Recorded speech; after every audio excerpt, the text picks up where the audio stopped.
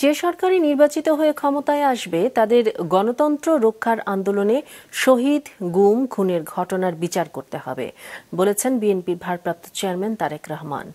দ্রুত নির্বাচিত সরকারের হাতে ক্ষমতা দিয়ে দেশে স্থিতিশীলতা আনার আহ্বান জানিয়েছেন দলের মহাসচিব মির্জা ফখরুল ইসলাম আলমগীর।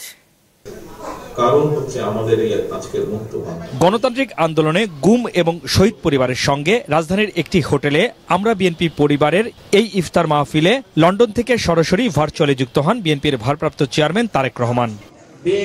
গণ অভ্যুত্থানে শহীদদের বিচারের জন্য আগ্রহ দেখতে পাচ্ছেন না বলে অভিযোগ করেন উপস্থিত পরিবারগুলো।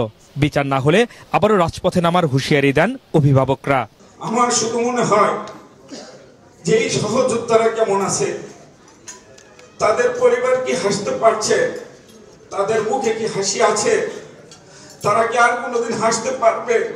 আপনারা আমাদের পাশে থাকুন। যে বিচারের জন্য আমরা যে চেষ্টা করতেছি, আসলে বিচারের জন্য আমরা সেইভাবে কোনো আগ্রহ দেখতে পাচ্ছি না। অনুষ্ঠানে তারেক রহমান বলেন, গণতন্ত্র রক্ষার আন্দোলনে শহীদ, গুম, খুনের বিচার করতে হবে।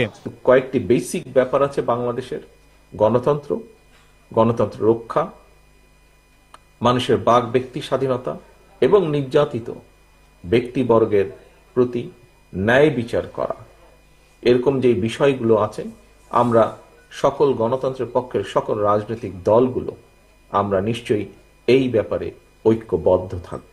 এই ব্যাপারে নিশ্চয়ই আমাদের মধ্যে কোনো দ্বিমত থাকবে না। পরে শহীদ পরিবারের সদস্যদের চাকরির অ্যাপয়েন্টমেন্ট লেটার এবং ঈদ শুভেচ্ছা উপহার বিতরণ করা হয়। এদিকে জাতীয় প্রেস ক্লাবে এক ইফতারে অংশ নিয়ে বিএনপি মহাসচিব বলেন, দ্রুত নির্বাচিত সরকারের হাতে ক্ষমতা দিয়ে দেশে স্থিতিশীলতা আনতে হবে। জঙ্গি ভাব মনোভাব থাকেন, যারা উগ্র মনোভাব থাকেন, তাও একই সঙ্গে এই সুযোগ নেওয়ার চেষ্টা। আজকে তাই আমরা মনে করি যত দ্রুত নির্বাচন হবে, যত দ্রুত জনগণের নির্বাচিত প্রতিনিধিরা পার্লামেন্টে আসবেন, পার্লামেন্টে এসে তারা একদিকে দেশ পরিচালনা করবেন, অন্যদিকে তারা অন্য যে পার্টি সংস্কারগুলো রয়েছে, যেটা প্রয়োজনীয় এবং যেটা আমরা করা প্রয়োজন, সেটা আমরা সবাই একসাথে করতে পারব। নির্বাচন যত দেরি হবে, ফ্যাসিবাদীদের পাশাপাশি জঙ্গি উগ্রবাদীরা মাথাচাড়া দিয়ে উঠবে বলে হুঁশিয়ার করেন মির্জা ফখরুল। হাসনাইন তানভীর, মাছরাঙা সংবাদ, ঢাকা।